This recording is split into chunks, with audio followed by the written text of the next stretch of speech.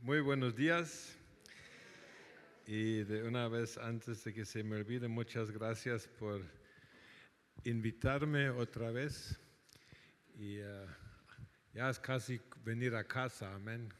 Casi conozco todas las caras, amén. Y ¿qué está haciendo Dios en España? ¿Qué decís vosotros? ¿Qué está pasando en este país? Yo pregunto, yo como no vivo aquí, solo de lejos oigo cosas horribles de que el país está como en Alemania, muy dividido. Se están formando campamentos, la izquierda contra la derecha y son tiempos y también en general miro que en muchas iglesias están cantando canciones de que no debemos temer, amén, y eso es cierto, pero por otro lado sí hay cosas que nos podrían dar miedo, amén. Pero hoy cantamos una canción aquí que no conocía, que es muy importante, de que tenemos que estar conscientes de que nada nos puede apartar de estar en su presencia. Y las presencias de Dios va a ser tema de hoy. Y no sé si alguien se ha preguntado por qué puse el plural. Porque en la iglesia se habla mucho de la presencia de Dios y a veces hablamos que hoy, Señor, hermanos, está la presencia de Dios ahorita aquí, como si hace 2 minutos no hubiera estado. Pero yo pienso que vale la pena ver desde el punto de la Biblia de que la presencia de Dios es una, pero la presencia de Dios se manifiesta de muchas maneras. Y yo creo que es bueno saber lo que está pasando con esta presencia, porque a veces usamos, como dijo Fernando, usamos muchas palabras, pero no hemos realmente meditado en el significado profundo de la palabra de Dios. Amén. Anoche, por ejemplo, les compartí a los hermanos de que a veces en los cultos decimos, hermanos, especialmente cuando la alabanza se suba a un nivel que todos están ya emocionalmente tocados. Eso no es lo mismo que ser tocado por el Señor, pero sí la emoción está. Y algunos dicen, hermanos, el Señor está aquí. Y todos siguen sentados viendo su celular, otros yéndose al baño, otros regañando al niño que no obedece. Si el Señor estuviera de verdad aquí nadie se quedaría de pie o sentado. Estaríamos cara abajo en el piso, ¿no es cierto? Y por eso creo que es importante que hablemos de este tema de las presencias de Dios, porque Dios está presente ahorita, pero no se manifiesta su presencia siempre igual. Amén. Y lo interesante que quiero probar, enfocar en este día es de que hay presencias de Dios que son hechos soberanos de Él. No tenemos ninguna influencia sobre eso, amén. Y la pregunta interesante es ¿qué podríamos hacer nosotros para aumentar nuestra conciencia de su presencia? ¿Qué podríamos hacer nosotros para posiblemente provocar de que Dios haga algo que sin nuestra intervención no hubiera hecho? ¿Será posible eso? Pero vamos a ver, amén. Pero siento, antes de entrar al tema en la alabanza, estaba orando y también pensando en España y siento que el Señor me dio una palabra profética, claro que para vosotros, pero si la queréis compartir con otras iglesias, bienvenidos. De todos modos lo tenéis que juzgar vosotros, amén. Yo siento que el Señor dice que es tiempo que se levanten los hijos de Isaacar. Primera Crónicas 12:32. Y los hijos de Isaacar, dice la Biblia, que sabían, conocían los tiempos y sabían qué debía hacer Israel.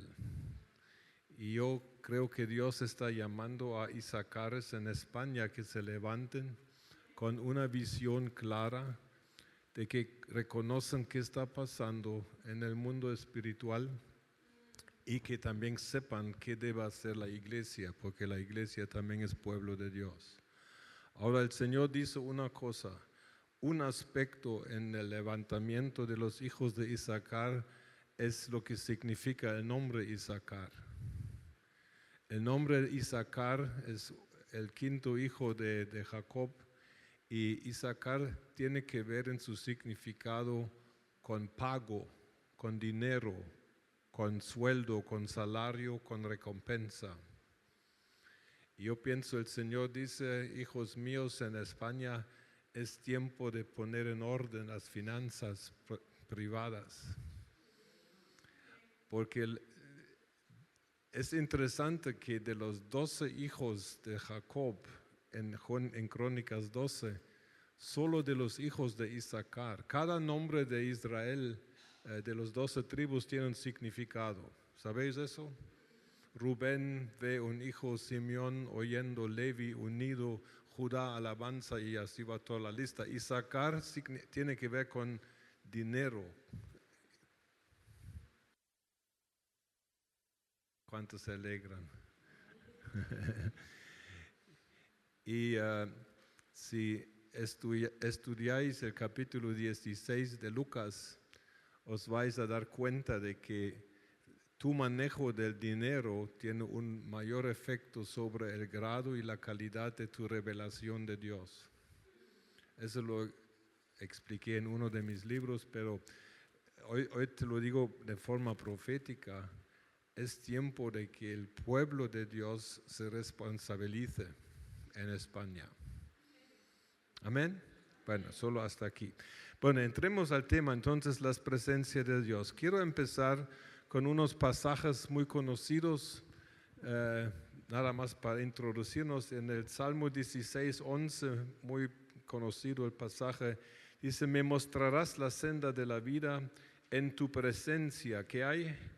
Hay plenitud de gozo, delicias a tu diestra para siempre. En Job 23, 15 al 16 leemos: por eso me espanto en su presencia. Cuando lo considero, tiemblo a causa de él. Dios ha enervado mi corazón, me ha aterrado el omnipotente.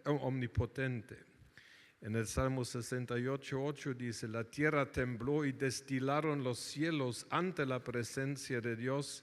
Aquel Sinaí tembló delante de Dios, del Dios de Israel. Y en Apocalipsis 1:17 dice: cuando Jesucristo glorificado se aparece al apóstol Juan en Apocalipsis 1, su reacción es la siguiente: cuando lo vi, caí a sus pies como muerto.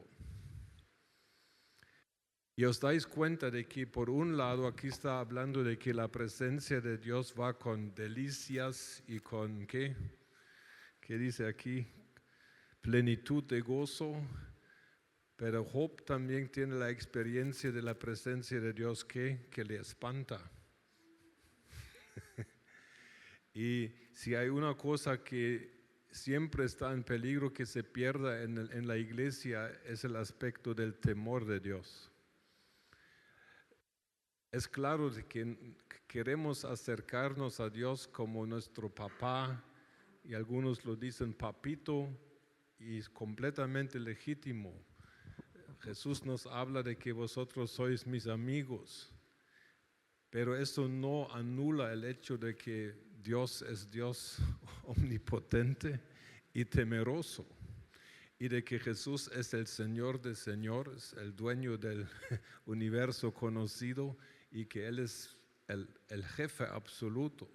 O sea que no deberíamos perder de vista de que las dos cosas son ciertas de Dios. Amén. Y las dos cosas son importantes que las tomemos en cuenta. Amén. Y que no hagamos a Dios con nuestra teología más chiquito de lo que Él es. porque ese es un peligro que yo puedo ver de vez en cuando.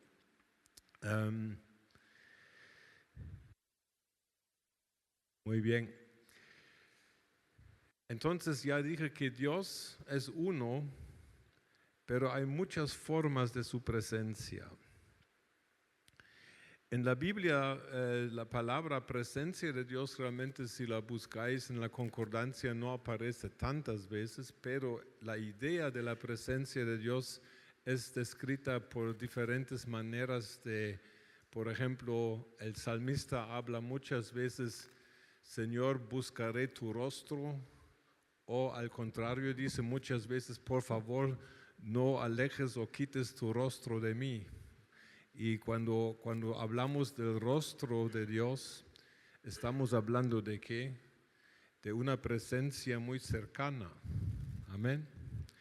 Y la presencia de Dios definitivamente está ligada directamente a la bendición que Dios nos quiere conceder, porque en la bendición aarónica, en Números 6, 26 al 27, leemos lo siguiente: Jehová te bendiga y te guarde, Jehová haga resplandecer su rostro sobre ti y tenga de ti misericordia, Jehová alce sobre ti su rostro y ponga en ti paz. O sea que 2 veces en esta bendición está tematizando que el rostro de Jehová. Amén. Y esa es una presencia inmediata que va a generar siempre bendición para nosotros. Uno de los nombres de Dios, que como sabemos que Dios tiene diferentes nombres como Jehová, Jireh, Jehová, etc. Uno de los nombres de Dios es Jehová Shammah o Sama, que quiere decir Dios está aquí, el Señor está aquí. Amén. Según la Biblia, Dios tiene un deseo desde Génesis hasta Apocalipsis y más allá de Apocalipsis. El deseo de Dios es estar con su gente, con su pueblo. Hay una frase que de diferentes formas se repite en toda la Biblia, y esta frase es: andaré entre vosotros, seré vuestro Dios y vosotros me seréis pueblo. Esta idea es de que Dios quiere estar cerca de los seres humanos. Lo vemos en Génesis. Una vez alguien explicó la creación de Adán y me pareció interesante. No sé si fue así, pero puede ser. Porque dice que Dios formó del barro el cuerpo, ¿cierto? Y luego dice que Dios sopló el aliento de vida, ¿dónde? ¿En el oído o dónde?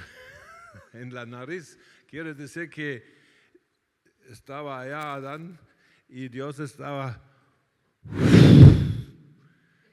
En este momento Adán es creado, abre los ojos y ¿qué es lo primero que mira Adán? El rostro de Dios. Amén. Luego, y eso es importante para nosotros, cuando Adán y Eva pecaron, ¿qué decidió Dios? Decidió: no voy a cambiar mi deseo de estar con esta gente. Ahora hicieron algo que se separan de mí por el pecado. Tengo que arreglar este problema y lo voy a arreglar. Y Dios en su misericordia saca a Adán y Eva del jardín de Edén. Ya lo expliqué una vez, amén. ¿Por qué? No para castigarlos, sino para protegerles de no comer del árbol de la vida en el estado caído y así terminar eternamente para siempre separado de Dios. O sea que Dios de su parte toma toda la iniciativa para decir que yo quiero estar con vosotros. Cuando pecaron, ¿quién viene al jardín de Edén en Génesis 3:8? ¿Quién viene a buscar a estos dos? Dice que Dios fue al jardín de Edén y buscó a Adán y Eva y les llamó. Y aquellos se escondieron atrás de su trabajo, amén. De los árboles, dice, pero es lo mismo. Todavía hay cristianos escondiéndose de Dios en su trabajo hasta el día de hoy. Esa es mi opinión. Se ve de que Dios hace todo lo posible para estar cerca de su pueblo, incluso en su estado caído, ¿cierto? O sea que Dios se manifiesta, Dios llama a gente como Abraham, Dios llama a Moisés, Dios manda a hacer el tabernáculo de Moisés. ¿Cuál era el deseo del tabernáculo de Moisés? Dios decía, yo quiero estar en medio de este pueblo, en medio de un pueblo rebelde, porque Israel no eran tan cristianos. ¿O no es cierto? Ese Israel, mira, un título, subtítulo del libro de Números, los teólogos dicen que es el libro de las murmuraciones. Así que murmuraron en contra del camino, murmuraron en contra de la comida, murmuraron en contra del clima, igual como hoy. Están murmurando contra, en fin, que solo murmurando. Y Dios, miren cómo es Dios. Dios sigue diciendo, no, yo quiero seguir en medio de vosotros, a pesar de toda su debilidad, su deficiencia. Amén. Y no es cierto de que Dios también en nosotros tampoco ha cambiado, porque como vamos a ver hoy, el Espíritu Santo, ¿dónde vive? Vive dentro de este cuerpo. Sí, en el mío tiene más lugar que en el de Fernando, pero que se lo arregla Fernando con aquel. Pero Dios decide vivir en medio de tu imperfección y no se va. Y esa presencia de Dios que no siempre estamos conscientes de eso. Y yo creo que el israelita que se levantaba en la mañana en el desierto, salía de su tienda, no estaba directamente pensando, oh, allá está la columna de nube, está en la nube. Pero cuando la miraba se acordaba, ah, allá está Dios. Así somos nosotros, ¿verdad? Dios no se va, pero nosotros perdemos la conciencia de que Él está. Luego construye el templo en Jerusalén. ¿Cuál era el deseo de Dios? Vivir en medio de Israel. Y por eso construyó todo este sistema de sacrificios, todo este sistema. ¿Cuál era el fin de todo el sistema de los sacrificios y leyes? El fin era de que cada israelita pudiera acercarse a Dios. Amén. Ese era el anhelo de Él. O sea que Dios siempre está pensando en ti y cómo puede hacer algo para que tú también puedas tomar el paso hacia Él, porque Él está disponible y la disponibilidad de nosotros muchas veces es el problema. Entonces, ya, puedes seguir las...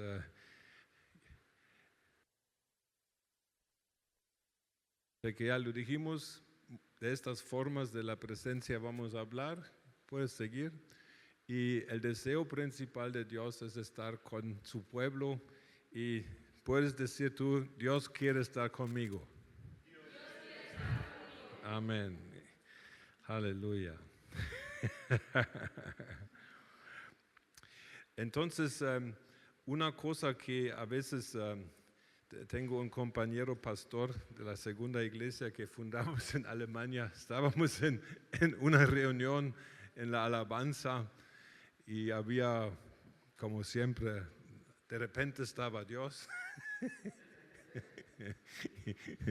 y entonces dijo, hermanos, vamos con el Señor ahora. Yo dije, no, yo no quiero todavía. O sea que usamos muchas cosas así que vamos a adorar ahora, estamos hablando de cantar canciones. Mejor decir, vamos a cantarle al Señor, adorándole, cantando, amén. Y usamos un montón de frases como, hermanos, acercaos a la presencia de Dios. Aquí está más Dios que allá atrás. Os reí, pero la pregunta es, ¿no habrá cierta verdad en eso? En una reunión, un hermano hace muchas lunas en Alemania me dijo, había una reunión y el lugar era un poquito más grandecito y me dijo, allá atrás no se siente tanta unción como allá enfrente. Teológicamente yo diría tonteras, pero por otro lado me pregunto qué causa la diferencia. ¿Qué causa la diferencia de que alguien, porque sabemos una cosa, en la iglesia hay hermanos que son más sensibles a lo que es Dios que otros. Eso no es una crítica, eso es un hecho. Necesitamos gente sensibles. Anoche oré por una hermana que ella siente el corazón de Dios. Eso no lo tenemos todos porque eso duele. Sentir el corazón de Dios no es solo gozo, también es dolor. No aguantaríamos todo esto. Yo lo he experimentado 2, 3 veces en mi vida. Es un dolor insoportable que está en el corazón de Dios. Pero Dios es un ser que puede manejar a la vez tristeza y cosas negativas y al mismo tiempo tiene gozo. Y eso no es una contradicción, sino es una realidad. Tu vida está a veces llena de gozos y de lo contrario. Y a veces puede darse en el mismo momento. Imagínate, solo voy a crear una situación teórica. Se te muere tu esposa y en el mismo día ganas 1 millón de euros en la lotería. Tendrías gozo y tristeza. Aunque yo pienso que la tristeza sería un poquito más fuerte que el gozo. Amén. Yo me recuerdo cuando yo entré en mi iglesia, estaban orando por mí y mi esposa cuando estaba ya para morir y se reunía la iglesia. Entonces el día que murió yo fui a la reunión y entré allá y acababa de morir mi esposa hace horas y estaban reunidos los hermanos y entré y no sé qué, hice un chiste. Entonces algún hermano dijo, vaya que no se le perdió su humor. Y uno podría criticar eso, decir que cómo va a estar haciendo un chiste, pero ser chistoso es mi naturaleza. Yo nací así, yo tendría que torcerme para no hacerlo, ¿me explico? Y yo aprendí de que en Dios, si queremos conocer a Dios, no solamente lo positivo es presente, lo emocionalmente positivo, sino también lo negativo. El viernes, hace 2 viernes, la hermana Vianney en Café con Dios habló de que le hablaron de un positivismo tóxico.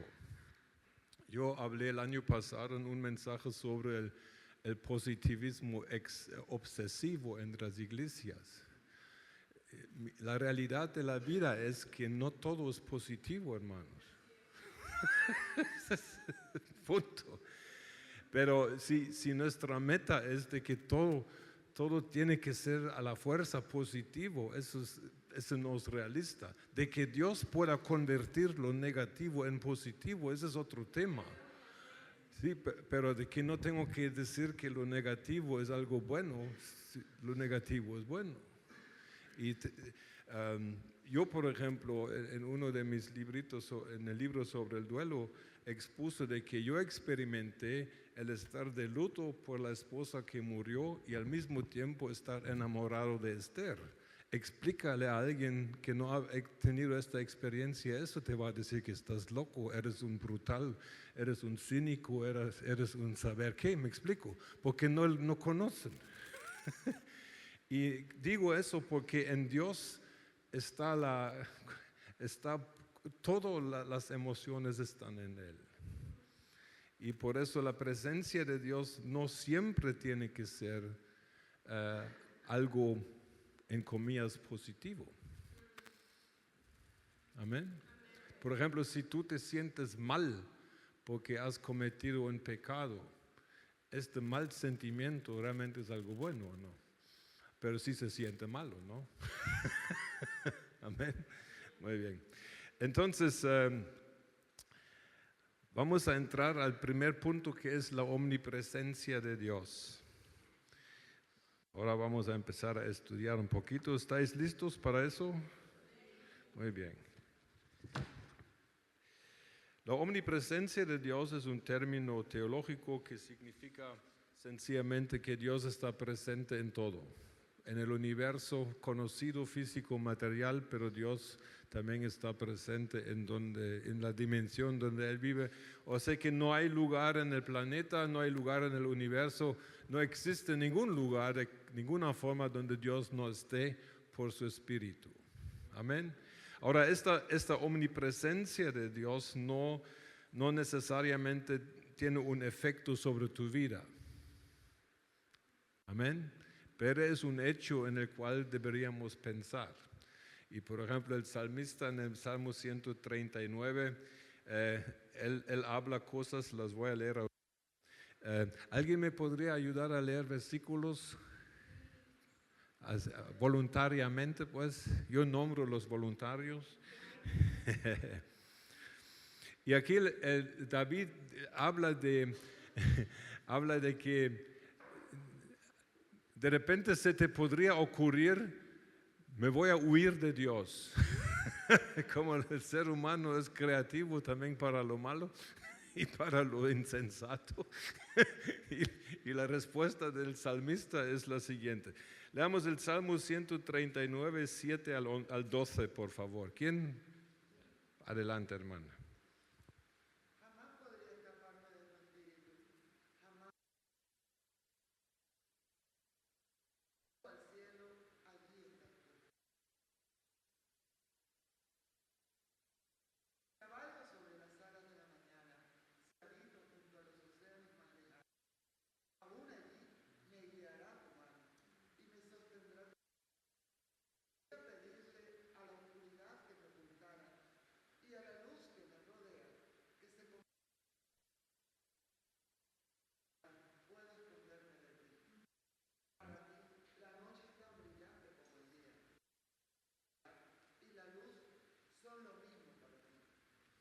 Amén, muchas gracias. Es tremendo, de que Dios, quiere decir que Dios está también en los momentos más oscuros de tu vida. Tú crees que no está, ¿verdad? Pero eso es imposible que no esté. Porque el que no se puede aniquilar es Dios de ninguna forma. Amén. La Biblia nos enseña también de que Dios está en todo y todo está en Dios. Amén. Ahora eso no es un panteísmo, sino que esa es la realidad, porque hay pasajes en la Biblia que nos indican, como en Romanos 11:36, porque de Él, por Él y para Él son todas las cosas, a Él sea la gloria por los siglos. O en Colosenses 1:16 leemos, porque en Él fueron creadas todas las cosas, las que hay en los cielos y las que hay en la tierra, visibles e invisibles, sean tronos, sean dominios, sean principados, sean potestades, todo fue creado por medio de Él y para Él. Amén. Así que si lo quieres o no, estás en Dios y Dios está en ti. Esa es buena noticia. Muy bien. Entonces ahora quisiera hablar de unos puntos relacionados a la omnipresencia de Dios, hablando de nuestro mundo, de la tierra y de la vida de los humanos, que son significantes, porque una de las presencias de Dios visibles es la creación. Amén. Porque, digamos, Dios no es la creación, pero la creación es producto de Dios. O sea que viendo la creación podemos conocer ¿a quién? A Dios. Y eso es algo que lo tenemos enfrente a nuestros ojos. Y por eso en Romanos dice, lo invisible de Él, su eterno poder, su deidad, se hace claramente visible desde la creación del mundo y se puede discernir por medio de las cosas hechas. O sea que la naturaleza realmente debería llevar hasta la persona más incrédula a concluir que hay un creador. Ahora hay gente amputada de cerebro con el don de burro y medio que dicen que algo creado se creó de la nada. Yo admiro la fe de los ateos que dicen que la nada por ninguna razón explotó y creó todo. Eso sí es fe, hermanos. Eso sí, no, esa fe, digamos, como cuando tú, ¿cómo se llama esto en español? Cuando tu cartera está vacía y el ateo cree que va a explotar la nada y de repente vas a tener 1 millón de euros en la bolsa. Uno puede felicitar a esta gente o mandarlos con el psiquiatra, pero no, yo no sé. La Biblia dice cosas, vosotros lo habéis leído alguna vez, ¿qué dice la Biblia en cuanto a la creación? Los cielos cuentan la gloria de Dios, amén. Y el firmamento anuncia la obra de sus manos. O sea que viendo la creación, ¿qué podemos aprender realmente de Dios? Podemos aprender su hermosura, amén, porque ¿quién no le ha encantado una puesta de sol en la playa, no sé dónde, no importa? Allá tienen una playa, esa es al norte de Barcelona, tomé esta foto, me levanté temprano. Podemos ver la perfección de Dios, ¿verdad?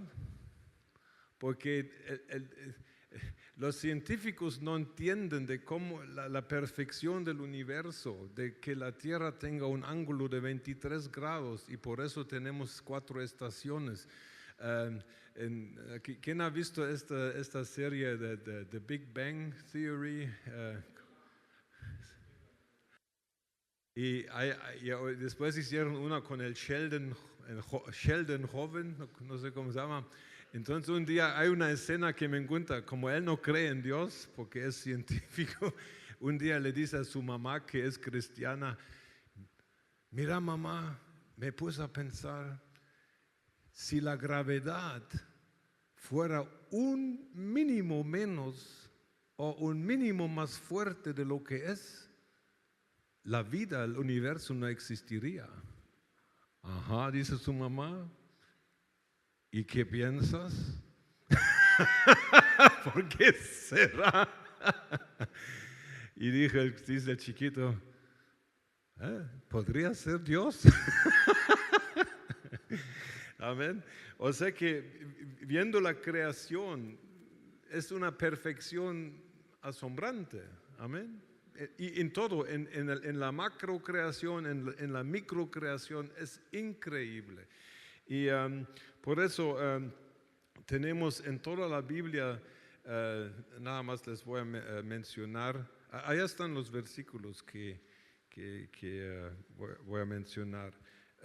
Incluso el Nuevo Testamento, Jesús que dice, mirad a las aves del cielo. ¿Qué podemos aprender de las aves del cielo? Que no siembran, ni ciegan, ni recogen en graneros, y sin embargo vuestro Padre Celestial las alimenta. ¿No valéis vosotros mucho más que ellas? Esa es una pregunta.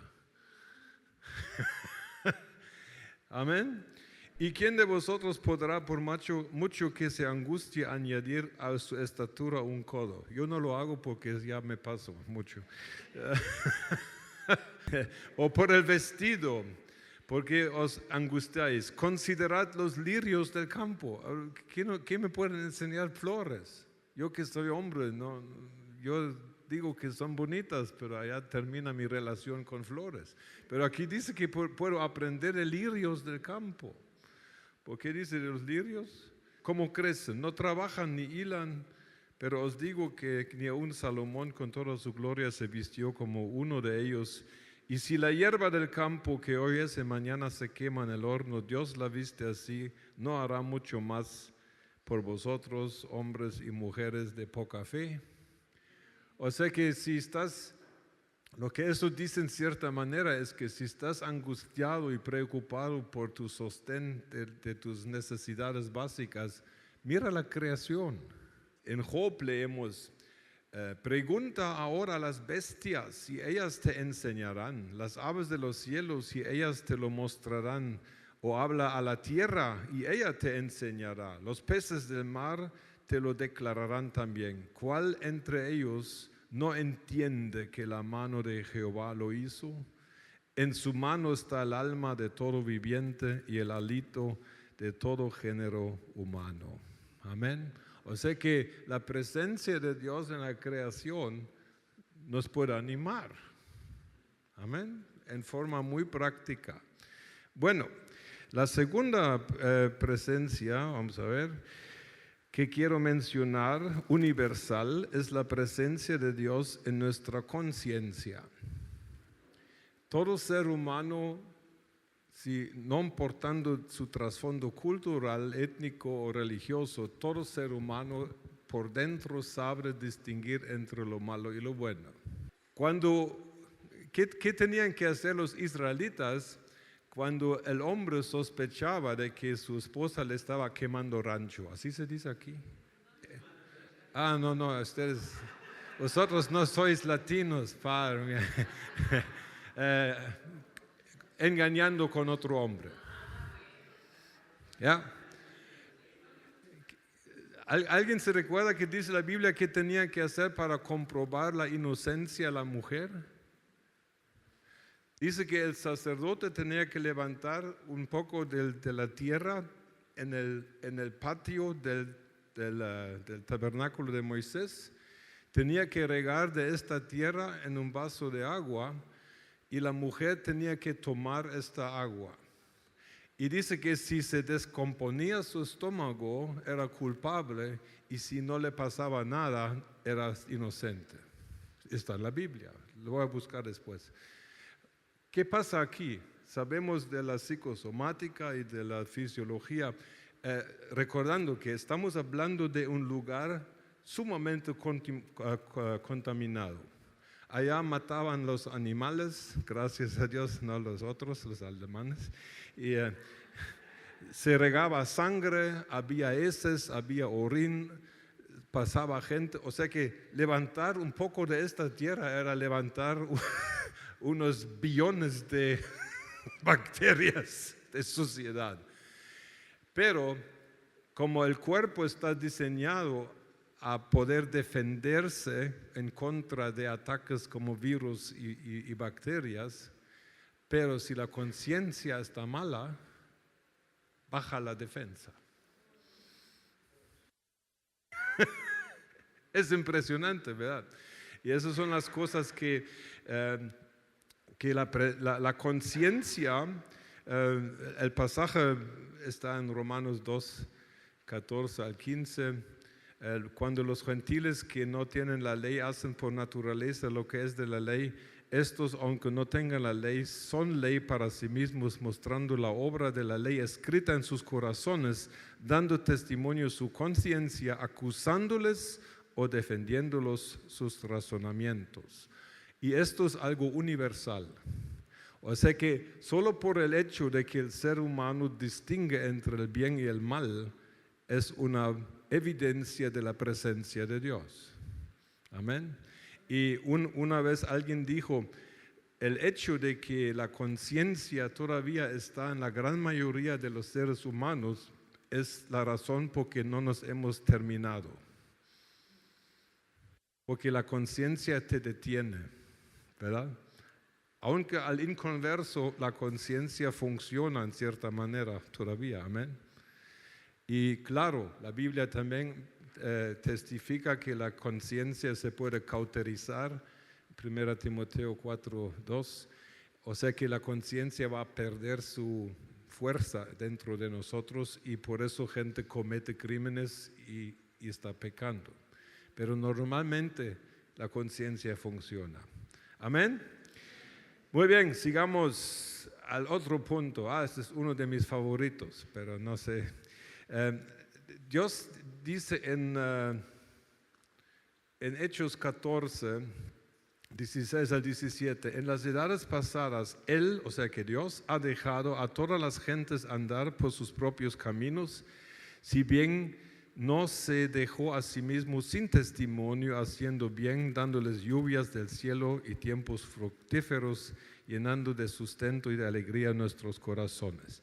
Esta palabra de que Dios no se ha dejado sin testimonio significa que Dios está presente también en todas las etnias o culturas del mundo. La diferencia entre nación y etnia es de que, por ejemplo, Guatemala es una nación, pero tiene 23 etnias. India tiene como 3.500 etnias, en parte con sus idiomas, costumbres, ritos y religiones muy distintas. Lo interesante es de que Dios está metido en todos esos. Yo tuve el gran privilegio, el honor de escuchar a un misionero que se llamaba Don Richardson de Canadá. Él evangelizó la tribu de los Sabi en Nueva Guinea en los 60 del siglo pasado. Y él escribió libros sobre cómo Dios está presente en todas las culturas, en lo que él llama analogías de redención. Quiere decir que cada cultura tiene una costumbre que se puede como encajar al mensaje del evangelio como una llave. O sea que también el caníbal o el cazador de cabezas de Borneo puede, por lo que hay en su cultura, entender el evangelio en cierto punto. Amén. Y Don Richardson encontró la analogía de redención que salvó a la tribu de los Sabi, y después escribió un libro de otra tribu que fue salvada. Pero para no aburriros, una cosa interesante es que él en un libro que de los 3 libros favoritos míos de este planeta está la Biblia, está un libro de Francis Schaeffer y el tercero es La eternidad en sus corazones por Don Richardson. Existe en español. Allá explica algo muy interesante. ¿Han leído en el libro de Hechos que Pablo llegó a Atenas y encontró el altar al Dios desconocido? ¿Conocéis la historia de eso? ¿De dónde viene esta historia? ¿A qué se refiere Pablo? Bueno, eso es lo que investigó Don Richardson. Dice, 600 años antes de Pablo, había una epidemia en Atenas y la gente se estaba muriendo, algo como pestes, algo así. Entonces, los griegos ofrecieron sacrificios a todos sus dioses que tenían con tal de quitar la pandemia, pero la pandemia persistía. Entonces, se juntaron el consejo de la ciudad y dijeron, necesitamos llamar a un sabio llamado Epimídenes que vivía en la isla de Creta, y lo trajeron a Atenas y le presentaron el caso. Entonces él, como griego lógico, concluyó, bueno, el hecho de que hayan ofrecido sacrificios a todos los dioses y todavía está la epidemia significa que debe faltar un dios a quien no han sacrificado. Entonces dijo, bueno, hagamos lo siguiente. Mañana en la mañana van a tomar 7, ¿cómo se llaman estos animales? Cabros, cabrones, no, qué sé yo, animales pues, generalmente se comen, pero bueno. Y no les vamos a dar comida un día, y en la mañana temprano los vamos a soltar y que vayan a comer la grama, o les llevaron a un lugar con mucha grama, y decidieron a los cabros que en lugar de comer, después del ayuno, pues, se acuestan, estos los vamos a sacrificar. Entonces dejaron toda la manada allá, y 7 cabros se acostaron. Los tomaron y en el lugar donde se habían asentado levantaron 7 altares, y al altar le ponían al Dios, a Theos Agnostos, al Dios desconocido. Y después se quitó la pandemia, la epidemia. Bueno, Entonces, cuando Pablo llegó a Atenas, debe haber sobrevivido uno de estos 7 altares y dijo, bueno, yo os proclamo al Dios desconocido. Yo les voy a decir quién es, quien les salvó hace 600 años. Y con eso entró con el mensaje. Es un tema muy fascinante y recomiendo mucho los libros de Don Richards en este aspecto. Lo bueno para nosotros es que eso nos puede dar esperanza de que podemos predicar el evangelio a cualquiera. Dios tiene algo en su vida donde puede encajar, a nivel personal, a nivel cultural, étnico, no importa. Y eso es bueno porque Dios está presente. Amén. La última cosa que quiero mencionar es la presencia de Dios en la historia humana. Y hay 3 asuntos más o menos universales que normalmente, especialmente hoy, todos los seres humanos pueden saber. Primero es la existencia de Israel, ¿cierto? Segundo es la existencia de la Biblia. Y tercero es la existencia de la iglesia. No se sabe tal vez en término completamente universal, pero por estas 3 cosas Dios se manifiesta en la historia humana. El hecho de que Israel existe es un milagro. ¿Es cierto? Porque hay 1 billón de musulmanes que quisieran matarlos y no son capaces de terminar con este puñito de judíos. Es un milagro. Cuando a un rey de Alemania, Federico el Grande, en un tiempo cuando empezó el libertinismo, él un día era un filósofo, dijo en su corte, ¿quién me traerá una evidencia de que Dios existe? Entonces se levantó uno de sus sabios y dijo, Su Majestad, el judío. La existencia de Israel es una prueba de la existencia y la presencia de Dios. Muchos no lo ven así porque piensan, bueno, Israel es un país. No, Israel es más que solo un país. De Israel, la Biblia dice que, tanto en el Antiguo como en el Nuevo Testamento, la Biblia dice que en Isaías 49:6, poco es para mí que solo seas mi siervo para levantar las tribus de Jacob y restaurar el resto de Israel. También te he dado por luz a las naciones, para que seas mi salvación hasta lo último de la tierra. Este pasaje se repite en Hechos. Entonces Israel habla de la presencia de Dios. El hecho de que la Biblia existe y haya sobrevivido es una evidencia de la presencia de Dios. No sé si os dais cuenta de que la Biblia ha sido el libro más perseguido de la historia humana. Yo tenía en mi iglesia en Alemania, había un piloto y él también de Lufthansa, y cuando él tenía que ir a Meca o a Arabia Saudita, tenía prohibido incluso llevar una Biblia privada. O sea que ni siquiera para su propio uso podía llevar una Biblia. La Biblia está prohibida, no sé, en más de 50 países del mundo. Si llevas una Biblia, incluso te pueden poner presos. La Biblia, por ejemplo, en el año 303, el emperador Diocleciano de Roma mandó a destruir y quemar todas las Biblias y todos los escritos del Nuevo Testamento. Por eso no tenemos los verdaderos originales. O sea que la Biblia ha sufrido persecución y destrucción física, y cuando no se pudo, que empezó la persecución teológica, filosófica, ideológica. Mira, habla de la Biblia en nuestras sociedades y qué reacción te dan.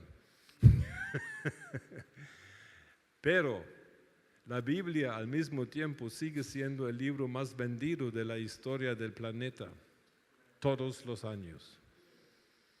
Ningún libro ha sido más traducido, más leído.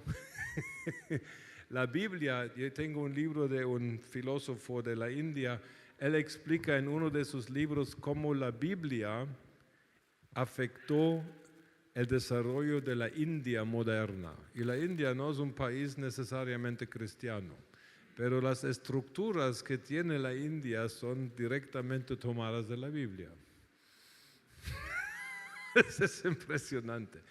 Y por supuesto Jesucristo, por su resurrección de los muertos, es un testimonio de la presencia de Dios en la historia humana. Amén.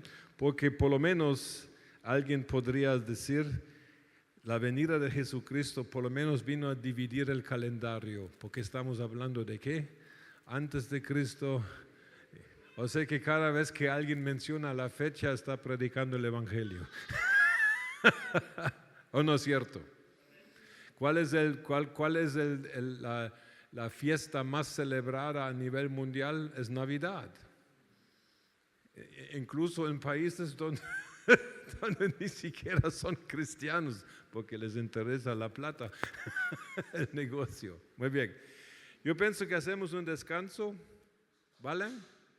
Entonces descansemos unos minutos.